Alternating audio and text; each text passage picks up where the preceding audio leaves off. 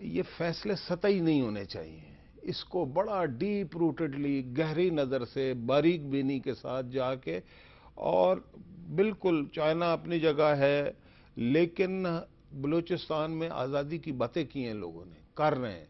ہمیں جو فوکس ہے وہ بلوچستان کو بنانا چاہیے، اور اس کے بعد سیکنڈ پرائیورٹی پہ سب آ سکتے ہیں، لیکن پہلی پرائیورٹی جو ہے ہمیں بلوچستان کی جو اسٹیبلٹی ہے، وہاں پہ جو یکجہتی ہے، اس کی طرف ہمیں یعنی کہ نظر رکھنی پڑے گی، اس زاویہ نگاہ سے اس کو دیکھنا پڑے گا. اور اس کے بعد ٹھیک ہے ہمیں اپنے لوگوں سے، دوستوں سے تعلقات بھی برقرار رکھنے ہیں، اور ان کے مفادات کا بھی خیال کرنا ہے، اپنے بھی مفادات کا ہے. لوگ آج کل دنیا میں سب اپنے اپنے مفادات کو دیکھتے ہیں. ہم ہی ہیں جو مطلب کہ اچانک فیصلے کرتے ہیں بغیر ڈیلیبریشنز کے. اب یہ اتنا بڑا ایشو ہے کہ اس پہ یہی فیصلہ جو ہو چکا ہے، لیکن اس پہ کم از کم جتنے سٹیک ہولڈرز ہیں ان پہ تو کنسنسس ڈیولپ آپ ان ہونا سے چاہیے. ایگری کرتے ہیں ڈاکٹر صاحب؟ نہیں، ڈیفینیٹلی. دیکھیں یہ بہت بڑے سٹیک ہولڈر ہیں، یہ جس ایریے سے منتخب ہوتے ہیں یا انہوں نے تکلیفیں اٹھائی ہیں، پھر انہیں زیادہ پتہ ہے. اگر یہ مطمئن نہیں ہوں گے تو ہمیں کسی عبداللہ کو تو مطمئن نہیں کرنا. نہیں، تو لیکن پہلے یہ مطمئن ہوں گے، بعد میں کوئی اور مطمئن ہو. تو کیا اس کے لیے یہ مناسب نہیں ہے کہ آپ انہی کی پارٹی کو چیف منسٹرشپ دے دیں بلوچستان میں؟ دیکھیں بات یہ ہے کہ یہ فیصلہ تو ہائی لیول پہ ہوگا اور شاید ہو چکا ہو، لیکن اگر میں نے یہ فیصلہ کرنا ہو تو میں ضرور ان لوگوں کو اقتدار میں لے کے آؤں گا جو وہاں پہ آگ بجھانے کا کام کریں، فائر فائٹنگ کریں.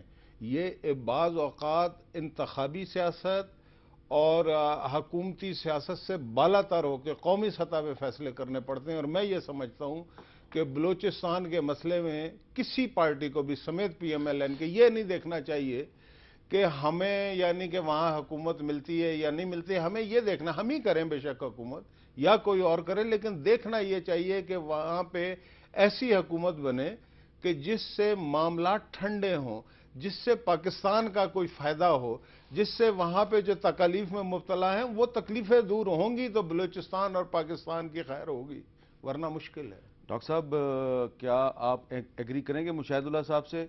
آپ کی پارٹی آگ بجھانے پہ یقین رکھتی ہے یا آگ لگانے پہ؟ دیکھیں عامر میر صاحب، ہم نے جس مشکل حالات میں الیکشن پہ گئے ہیں وہ ہم جانتے ہیں. ڈیفینیٹلی ہمارا ایک پرنسپل ڈیسیشنز ہوا ہے کہ نیشنل پارٹی، پختونخوا ملی عوامی پارٹی اور مسلم لیگ نون مل کے حکومت کریں گے.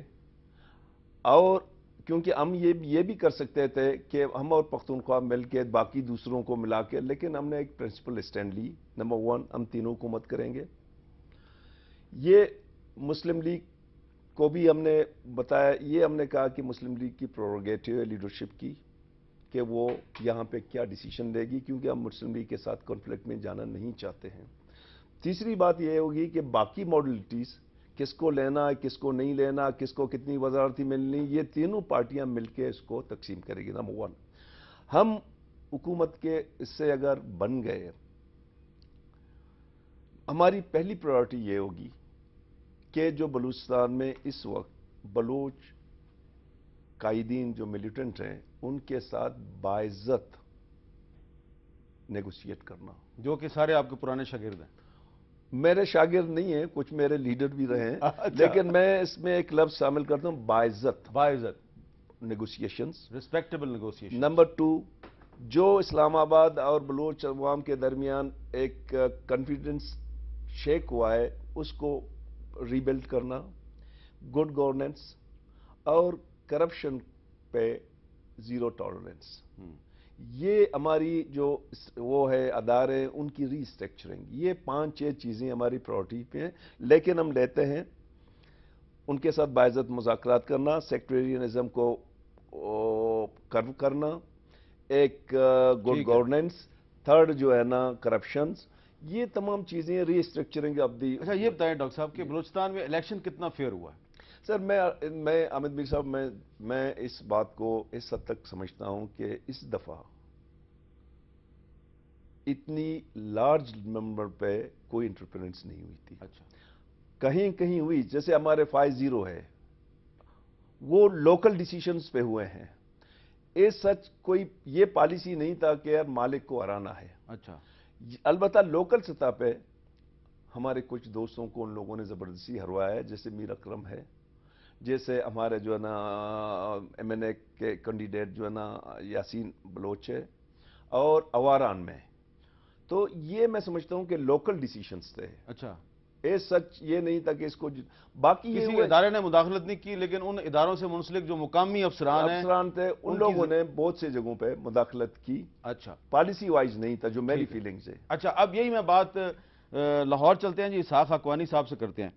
حقوانی صاحب، ہم نے تو بلوچستان کی بات کی، ڈاکٹر مالک صاحب نے، انہوں نے کہا کہ کسی ادارے نے اس دفعہ مداخلت نہیں کی، لیکن لوکل سطح پر کہیں نہ کہیں کچھ لوگوں نے کسی کو ہروا دیا، کسی کو جتوا دیا. اب آپ بھی ہار گئے ہیں، آپ کے خیال میں آپ کی ہار کا ذمہ دار کوئی ادارہ ہے یا کوئی انڈیویجولز ہیں؟ میر صاحب مہربانی، یہ واحد الیکشن ہے پاکستان کی ہسٹری میں جہاں ہر جماعت نے کوئی نہ کوئی شکایت کی ہے اس کی دھاندلی کے اوپر. ایم کیو ایم نے کراچی کے لیے دھاندلی کا کہا، ہم نے پنجاب میں دھاندلی کا کہا، نون لیگ نے سندھ کے دھاندلی کے بارے میں کہا. باقی حضرات کچھ نہ کچھ کل دھرنے میں کراچی میں جو انہوں نے کیا ہے اور اسٹرائک کال کی ہے، اس میں بہت ساری جماعتیں شامل تھی. کوئی جماعت ایسی نہیں ہے جس نے کہا ہو کہ یہ فیئر الیکشن ہے. یہ پاکستان کی ہسٹری میں پہلی دفعہ ہے کہ جیتی ہوئی جماعت بھی کہتی ہے کہ فلاں صوبے میں ہو گیا ہے، اور ہم بھی یہاں کہہ رہے ہیں یہاں ہو گیا ہے. آپ دیکھیں کہ اگر نون لیگ جب جلاوطنی کے بعد واپس آئے اور 2008 کا الیکشن لڑے، ان کو جتنے ووٹ ملے، آج ان کو اس دفعہ 2013 میں 116% زیادہ ووٹ پڑا ہے. انہوں نے کیا کمال کیا ہے پاکستان کے اندر اور پنجاب کے اندر بالخصوص کہ ان کو ڈبل سے بھی زیادہ ووٹ مل گئے. انہوں نے کیا مطلب ہے، کون سی ایسی کام کیا ہے؟ ہم نے تحریک انصاف نے، عمران خان صاحب نے ساری جگہ لوگوں کو، نوجوانوں کو کہا ہے باہر آؤ، مہربانی کر کے ووٹ ڈالو. تعداد بڑھ گئی، ووٹ ان کے بڑھ گئے اور ہم ہار گئے. یہ کمال کا الیکشن ہے جی. اچھا، تو یہ میں آپ کو بتاؤں. اچھا، آپ کیونکہ ہار گئے ہیں اس لیے آپ تنقید کر رہے ہیں. جی جی. تو جہاں پہ آپ جیت گئے ہیں، کرتا ہوں نہیں، میں حقوانی صاحب میرا سوال ہماری 9 الیکشن لڑے ہیں، میرا سوال اور سن لیں. آج تک ہم نے کمپلینٹ نہیں کی. آج تک آپ خیبر پختونخوا میں آپ کو اکثریت ملی ہے، وہاں پہ دھاندلی نہیں ہوئی؟ اگر ہوئی ہے تو جناب کمپلینٹ کریں، جیسے ہم کمپلینٹ کر رہے ہیں. وہاں کے لوگ تو اگر کمپلینٹ نہ کریں تو میں ان کو جا کر میر صاحب بسترے سے اٹھا کے لے آؤں کہ آپ کمپلینٹ کریں. مشاہد اللہ صاحب، یہ سوال میرا آپ سے ہے کہ مسلم لیگ نون جہاں پہ جیت گئی ہے وہاں پہ شکایت نہیں کر رہی تھا، جہاں پہ ہار گئی ہے وہاں پہ دھاندلی کی شکایت کر رہی ہے. تحریک انصاف جہاں جیت گئی وہاں پہ خاموش ہے، جہاں ہار گئی وہاں پہ وہ شور ڈال رہی ہے. تو ویسے تمام جماعتیں شور ڈال رہی ہیں، کیا واقعی یہ پاکستان کی تاریخ کا انوکھا الیکشن ہے؟ دیکھیں، ایسی بھی بات نہیں ہے، پہلے بھی لوگ شور ڈالتے رہے ہر الیکشن میں. پچھلی دفعہ بھی کراچی میں بڑا شور مچا تھا کہ یہاں پہ کافی گڑبڑ ہوئی ہے، اس دفعہ بھی ہوئی ہے. اور میں آپ کو ایک بات بتاؤں، دیکھیں آپ ذرا سا ریکال کریں، جب نگران حکومت جس انداز سے وہاں پہ بنی تھی نا، میں نے سب سے زیادہ یہ بات کی. اس وقت یہ سارے خاموش تھے جو آپ چیخیں مار رہے ہیں کہ یہ جس طرح سے نگران حکومت بنی ہے، یہ وہاں پہ الیکشن کا عمل مشکوک ہو جائے گا. اور مجھے ساری میتھڈالوجی پتہ ہی نہیں، ابھی پتہ بھی نہیں ہے وہاں پہ ہوا کیا ہے. ٹھیک ہے، وہ میں کسی وقت بتا بھی سکتا ہوں کیونکہ میں نے پہلے بھی بھگتا ہوا ہے. لیکن یہ ہر الیکشن میں کچھ نہ کچھ اس طرح کی چیزیں ہوئی ہیں. اور آپ اتفاق کرتے ہیں مالک صاحب سے کوئی ادارہ ملوث نہیں ہے، انڈیویجول؟ میں بالکل اس سے اتفاق کرتا ہوں کہ کسی ادارے نے، چاہے وہ ایجنسی ہو یا فوج ہو، وہ بالکل ملوث نہیں تھے. باقی دیکھیں نا، اب 18 کروڑ میں سے لوگوں کو اپنے اپنے کام نہ صرف انہوں کسی نے دکھایا ہوگا، دوسرے سیاستدانوں نے بھی کیا ہوگا.